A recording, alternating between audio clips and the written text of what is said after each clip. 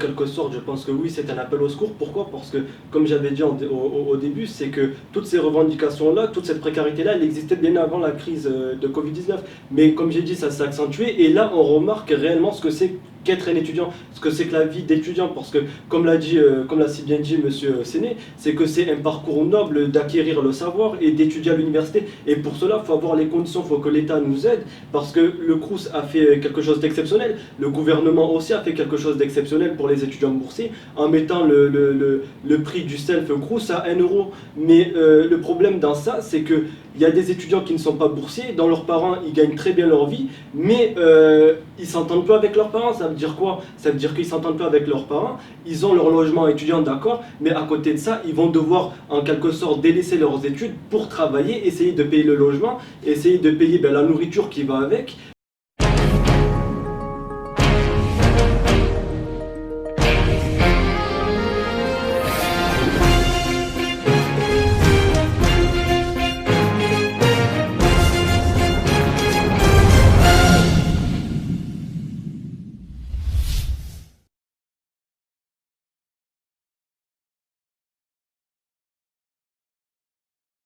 Bonjour, je me présente, Samuel Legal, secrétaire adjoint de l'UNEF Avignon.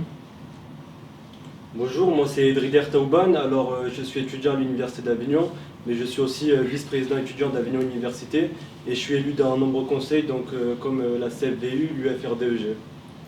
Bonjour, moi c'est Jean-Marie Sen et je suis étudiant à l'Université d'Avignon en master GQPV Agroparc et je suis le secrétaire général de l'UNEF Avignon. Bonjour, moi c'est Abdoulaye Dion, moi je suis le président de l'UNEF d'Avignon et je siège aussi au conseil d'administration et au conseil du FRSTS. Donc, cette année, il y a eu la crise du Covid-19, l'annulation du Festival d'Avignon. Bien entendu, tous les petits jobs d'été que les étudiants pouvaient avoir n'ont pas été, je veux dire, possibles. Est-ce qu'il y a une énorme répercussion pour vous? Si moi je commence, oui, il y a eu une énorme répercussion, c'est-à-dire que le problème de précarité, il existait bien avant la crise épidémique, mais avec cette crise-là, on a vu que ce problème de précarité, il s'est accentué. Ça devient une crise économique et c'est devenu une crise économique. Ça veut dire que dès la rentrée, il y a des coûts supplémentaires qui vont s'ajouter aux dépenses des étudiants. Ça veut dire que par exemple, si on parle des logements Crous, c'est que les logements Crous, ils ont décidé de pas augmenter le loyer, mais dans le parc privé, oui. Ça veut dire que par exemple, je donne l'exemple de la ville de Lyon, à peu près c'est une augmentation de 5% des loyers dans le parc privé. Donc c'est une augmentation et c'est une dépense en plus pour les étudiants. Et nous ici sur Avignon, c'est que par exemple il y a cette augmentation là dans le parc privé qui va rajouter des dépenses à l'étudiant, mais il y a aussi par exemple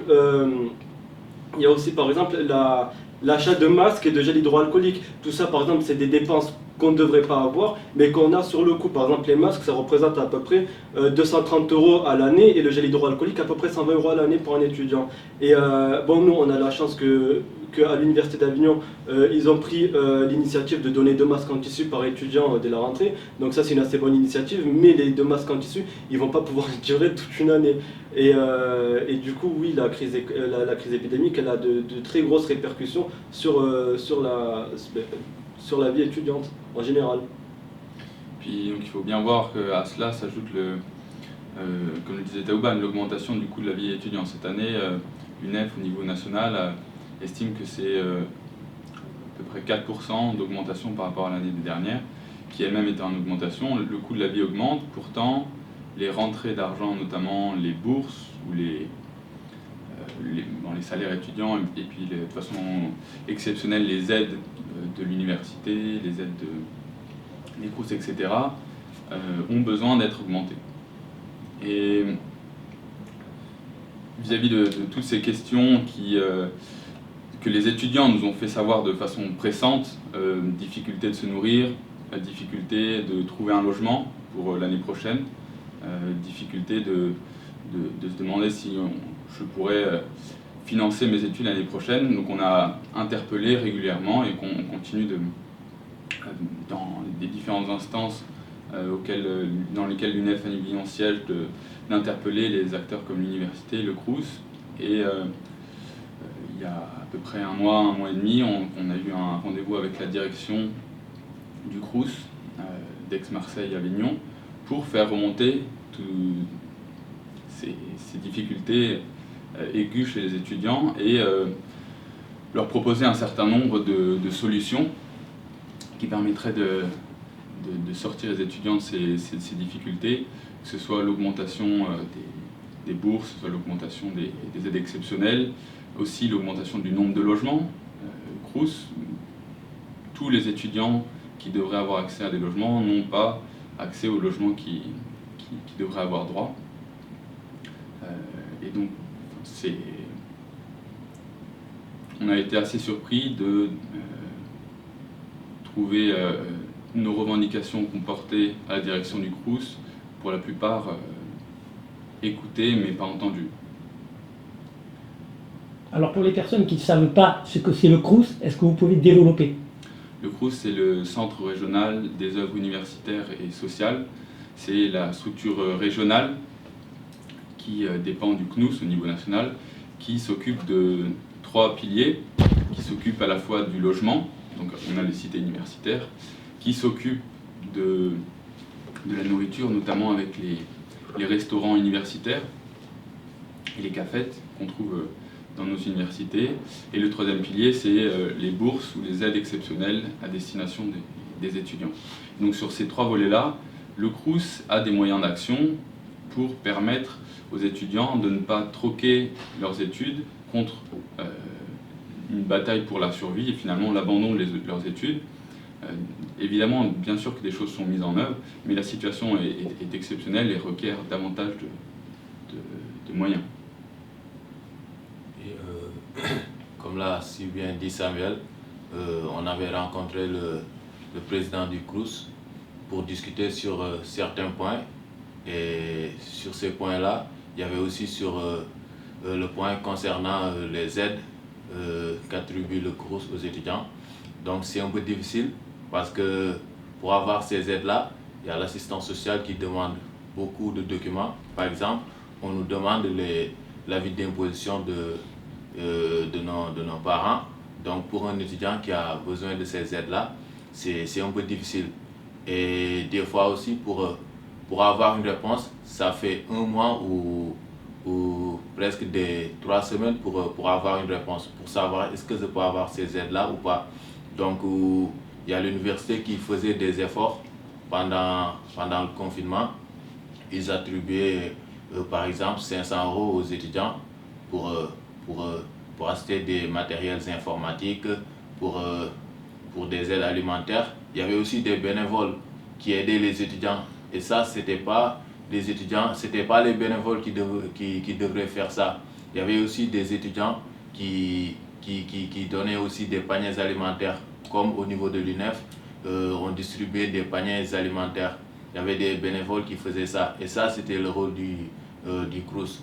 Donc, on a discuté avec le président du Crous sur le coût du loyer, parce qu'on a vu que le coût du loyer est très élevé au niveau du Crous Aix-Marseille.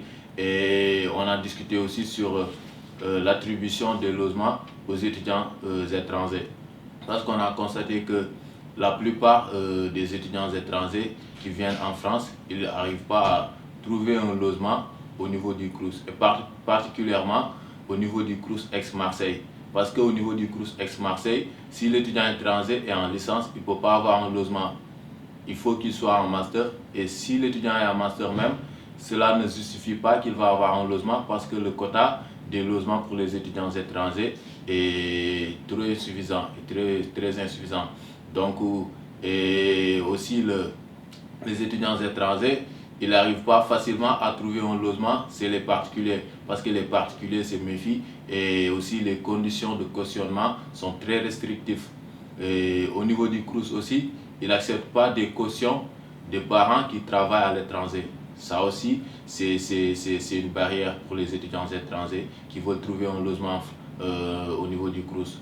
Si on est accepté au niveau du Crous, il nous faut un garant qui est en France. Donc par exemple, moi, mon papa n'est pas en France, il est en Italie. Si je suis accepté au niveau du Crous, mon papa ne peut pas me garantir, parce que vu qu'il est en Italie, il ne peut pas prendre en charge ce logement. Donc tout ça là, c'est à revoir et nous, à l'UNEF, c'est des trucs qu'on déplore et pour moi, c'est quelque chose qui est discriminatoire parce que tous les étudiants, ils doivent être au même pied d'égalité et tous les étudiants étrangers, que ce soit qu'ils soient en master ou en licence, ils doivent avoir le droit d'avoir un logement au niveau du CROUS. Oui, en termes de complémentarité, et je pense que qui parle de précarité parle de perte de revenus. Et le passé récent nous a totalement démontré qu'il y a une précarité pressante qui existe au sein de l'université. C'est le cas qui a existé à Lyon. Et concilié avec la crise actuelle que nous sommes en train de vivre, qui est le Covid-19, qui a entraîné beaucoup de pertes de revenus.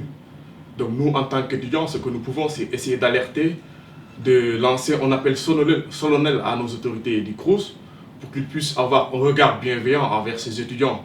Parce que aussi, l'étudiant qui n'a pas le minimum pour vivre, c'est un étudiant qui ne peut pas réussir. Un étudiant qui est logé, qui est bien nourri, c'est un étudiant qui est quand même dans les conditions minimum pour réussir. Donc tout ce que nous pouvons, c'est demander aussi une faveur. Parce que nous avons vu récemment un décret, je ne sais pas un décret, mais une décision qui a été prise visant à alléger les frais de restauration aux étudiants qui sont déjà boursiers. Et je me demande, les étudiants qui ne le sont pas, comment ils vont faire? Ils vont maintenir le prix beaucoup plus élevé que les étudiants qui sont déjà boursiers. Et je pense que c'est un peu paradoxal, moi je le vois comme ça. Et il y a un adage qui dit que moi personnellement, je peux pas me le payer, quoi. J'ai pas de revenus, j'ai perdu mon emploi, je prends mon cas lors du Covid-19. Donc je peux pas vraiment continuer à payer mes frais de loyer et à me restaurer convenablement à l'université. Et je parle de moi, mais je parle aux autres. Parce qu'il y a un adage qui dit que est insensé que celui qui croit que je ne suis pas toi. Quand je parle de moi, je parle de vous. Mais quand on parle en tant qu'étudiant, on parle des étudiants qui sont derrière nous aussi. Nous sommes des porteurs de voix. Et donc nous lançons un appel solennel pour véritablement avoir une année académique paisible, dans de bonnes conditions, que le CROUS puisse faire des efforts visant à aider ces étudiants-là qui sont dans la précarité. Et le gouvernement aussi. C'est un appel au secours en réalité. C'est un appel au secours parce que aussi c'est aussi normal, je pense qu'en tant qu'étudiant, que l'État puisse t'accompagner dans ta démarche parce qu'il y a pas mal de choix. C'est pourquoi les jeunes aujourd'hui ils sont orientés dans le secteur professionnel parce que là, le monde professionnel, parce que les jeunes, supposons, on est dans la même génération, tu travailles, tu gagnes beaucoup plus que moi. Je suis étudiant, j'acquiers le savoir à l'université, l'État est censé de m'accompagner dans cette démarche qui est tellement noble et nous, maintenant, il me contrarie, quoi. C'est-à-dire que je ne me permets pas de me mettre les conditions idéales pour réussir ma vocation. Je pense que ça aussi c'est à revoir. C'est pourquoi nous lançons un appel solennel et en tant que syndicat aussi, nous disons à l'État, nous demandons cet accompagnement du CROUS pour que nous ayons une année académique paisible ici en France. Alors pour résumer, en réalité, normalement, déjà les étudiants avaient du mal avant le Covid-19, puisqu'on sait que les étudiants avaient du mal déjà à se loger, à pouvoir assumer leurs études, pouvoir manger convenablement, puisque je sais que certains étudiants allaient au Resto du Cœur pour pouvoir manger. Et là, avec ce Covid-19, on peut dire que l'année 2020-2021, pratiquement, c'est une année catastrophique pour les étudiants. Alors on espère que non. C'est pour ça aussi qu'on est là. On espère que non. On a tiré la sonnette d'alarme, on continue de la tirer. Et c'est pour ça qu'on vous parle justement de ce qui nous semble important au niveau de l'accès au logement, de l'accès à la nourriture, de l'accès aussi à la santé, de pouvoir baisser le prix des transports, parce que tous ces éléments-là, si les étudiants ils les ont pas, ben, ils étudieront pas.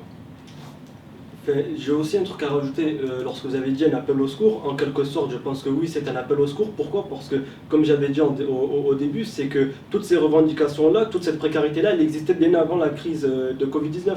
Mais comme j'ai dit, ça s'est accentué et là on remarque réellement ce que c'est qu'être un étudiant, ce que c'est que la vie d'étudiant, parce que comme l'a si bien dit monsieur Séné, c'est que c'est un parcours noble d'acquérir le savoir et d'étudier à l'université, et pour cela il faut avoir les conditions, il faut que l'État nous aide, parce que le CROUS a fait quelque chose d'exceptionnel, le gouvernement aussi a fait quelque chose d'exceptionnel pour les étudiants boursiers, en mettant le prix du self-CROUS à 1 €, mais le problème dans ça, c'est que il y a des étudiants qui ne sont pas boursiers, dont leurs parents ils gagnent très bien leur vie, mais ils s'entendent pas avec leurs parents. Ça veut dire quoi? Ça veut dire qu'ils s'entendent pas avec leurs parents, ils ont leur logement étudiant, d'accord, mais à côté de ça, ils vont devoir en quelque sorte délaisser leurs études pour travailler, essayer de payer le logement, essayer de payer la nourriture qui va avec.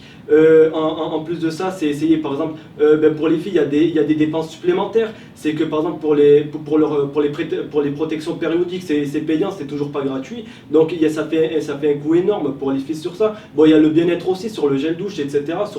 Sur tout ce qui est hygiène, ça fait des dépenses en plus. Sur les habits aussi, il y a des dépenses dans ça. Et en fait, avec même une bourse de 400 €, un étudiant, il peut pas vivre, même il survit à la fin du mois. Et ça, réellement, c'est triste. Et ce qu'il faudrait aussi au niveau du Crous, que ce soit déjà local, mais aussi au niveau national, c'est que les 1 € du prix self du Crous, ils soient en gros accessibles à tous les étudiants. Parce que moi, j'ai un cas, par exemple, je vais vous donner, c'est du cas par cas, mais je vais vous donner un exemple. C'est que cette année, je discute avec une fille, etc., étudiante, et le problème, c'est ça, c'est qu'elle n'est pas boursière parce que ses parents ils gagnent très bien, mais elle ne s'entend plus avec ses parents.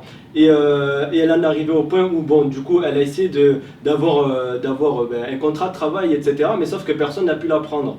Et le problème dans ça, c'est qu'elle avait 0 revenu, donc pas de bourse, etc. Elle a essayé de faire les demandes d'aide au Crous, mais sauf qu'elles sont accessibles, je pense, que seulement 2 fois. Et le problème dans ça, c'est qu'elle est arrivée à un point où elle m'a dit, bon, je crois que je vais me prostituer. Bon, elle a dit ça sous le coup, bon, c'est de l'humour, mais je pense que dans l'humour, il y a toujours une part de vérité. Et c'est que si l'étudiant, il n'a pas les capacités, on lui donne pas les capacités pour pouvoir réussir, parce que nous ici, ce qu'on dit réellement, c'est qu'un étudiant correctement nourri, logé et en bonne santé, c'est un étudiant qui peut réussir. Et s'il n'a pas ces 3 acquis-là, eh ben sa réussite, elle est en péril. Ses études, ils sont en péril. Il faut avoir des solutions qui soient prises au niveau national, au niveau local aussi, que ce soit par l'État, par le Crous, par la région, par le département et même par la mairie, pour pouvoir garantir la réussite de l'étudiant. Parce que l'étudiant, c'est pas une vie paisible sur un long fleuve, etc. Non, c'est réellement une vie de combat. Et surtout, ici en Avignon, on fait partie d'une des régions les plus pauvres de France. Et dans la précarité, eh ben, elle est déjà présente chez les adultes, mais elle est encore plus présente chez les étudiants. Et ça, je trouve ça aussi assez dommage que dans les médias, on n'en parle pas assez. Parce que réellement, l'étudiant, c'est l'enfant de la France et c'est le citoyen. Enfin, c'est la personne qui va faire avancer les choses pour demain. Donc, comment les étudiants, à l'heure d'aujourd'hui, vous êtes la génération future qui va être les travailleurs. Exactement. Et si on ne veut pas être des travailleurs pauvres et démunis, il faudrait donner déjà les capacités d'essayer de rentrer. Aussi, si je peux rajouter un dernier truc, c'est que par exemple sur l'université, avec la crise épidémique, etc., le taux de réussite au bac, il a explosé. Donc ça veut dire qu'il y a beaucoup d'étudiants qui ont eu le bac, mais pour la plupart, c'est que c'est des étudiants qui n'ont pas été réellement formés à l'obtention de ce diplôme-là. Ça veut dire que par exemple, on va se retrouver avec des universités surchargées, avec des cours surchargés, surtout avec cette crise épidémique. Ça veut dire que est-ce qu'on pourra réellement faire des cours en présentiel dans un amphi par exemple de 500 places? Est-ce que chaque étudiant pourra venir en présentiel pour pouvoir étudier, etc. Et le plus dur en gros dans tout ça, c'est que oui, on va se retrouver avec des universités surchargées, des étudiants de plus en plus précaires et des étudiants qui, j'espère pas, mais qui seront obligés de lâcher très vite, parce qu'ils n'auront pas toutes les capacités nécessaires. Oui, vous pensez que cette sur-réussite au bac qui a été fait que sur les deux premiers trimestres, je crois qu'ils ont fait, c'est-à-dire qu'ils n'ont pas eu l'examen final, a donc automatiquement donné beaucoup plus de réussite au bac, et bien entendu, ceci va encombrer les universités. Les universités, elles étaient déjà encombrées avant, parce que l'État refuse d'augmenter le nombre d'emplois de professeurs, d'enseignants, de personnel administratif, etc. Il manque de professeurs, il manque de bâtiments, il manque de places. Et c'est pour ça que le gouvernement Macron, il y a quelques années, a mis en place Parcoursup pour sélectionner les étudiants et en laisser certains sur le côté. C'est pas acceptable. Et là, en plus, avec la situation que vous décrivez, ça va être encore plus le cas. Je crois que c'est près de 500 000 étudiants qui sont tous bacheliers qui sont en attente encore de réponse au niveau de Parcoursup. C'est énorme. Et Et au-delà de ça, les étudiants aussi qui arrivent à passer par les mailles du filet, si on n'a pas assez d'encadrement, de professeurs, de places, de bâtiments, c'est sûr que la réussite peut être compromise. Après, malgré les contraintes qu'on a pu avoir durant le confinement, nous, en tant qu'étudiants et aussi en tant que représentants et syndicats étudiants, on n'a jamais délaissé les étudiants. C'est-à-dire qu'on a mené le combat durant le confinement. Et ce qui a été bien aussi, c'est que, par exemple, on a fait une journée de distribution de paniers repas. Avec l'aide du département et de l'université, ça veut dire qu'on est allé acheter à Auchan, moi en ma qualité de VPE et avec du personnel de l'université, on est allé à Auchan pour acheter à peu près 1 200 € de courses, qu'on a fait des paniers, qu'on a pu distribuer à une vingtaine d'étudiants, mais aussi avec la mairie et l'université, on a aussi mis en place une distribution de paniers repas pendant l'été, et d'une valeur de 70 € et que l'étudiant paye seulement 14 € et qui dès la rentrée en gros en début septembre va devenir gratuit pour les étudiants, et la mairie pourra fournir 50 paniers repas par étudiant par semaine, et aussi moi en ma qualité de vice-président étudiant, pour contrer aussi cette précarité là et pour venir aussi en aide aux étudiants le temps que les institutions compétentes puissent prendre des décisions avec l'aide du Crous et de l'université également, c'est de mettre en place dès la rentrée une épicerie sociale et solidaire dans l'université. Parce que pendant le confinement on a eu beaucoup de cas d'étudiants qui allaient au Resto du Cœur, mais même des étudiants dans une extrême précarité, ils ne pouvaient pas faire ce pas-là pour aller au Resto du Cœur. Parce que pour eux c'est quelque chose de honteux, ils n'osent pas. Et lorsque c'est des étudiants qui tiennent ça, en fait, c'est que le rapport il est plus facile. Parce que j'ai eu l'expérience, moi je suis allé aider l'UNEF Aix-Marseille durant cet été en faisant la distribution de paniers repas. Et c'est incroyable le nombre d'étudiants qui viennent tous les jours pour avoir de quoi manger. Et c'est gratuit. Et c'est pour ça que nous on a cette ambition de mettre ça dès la rentrée.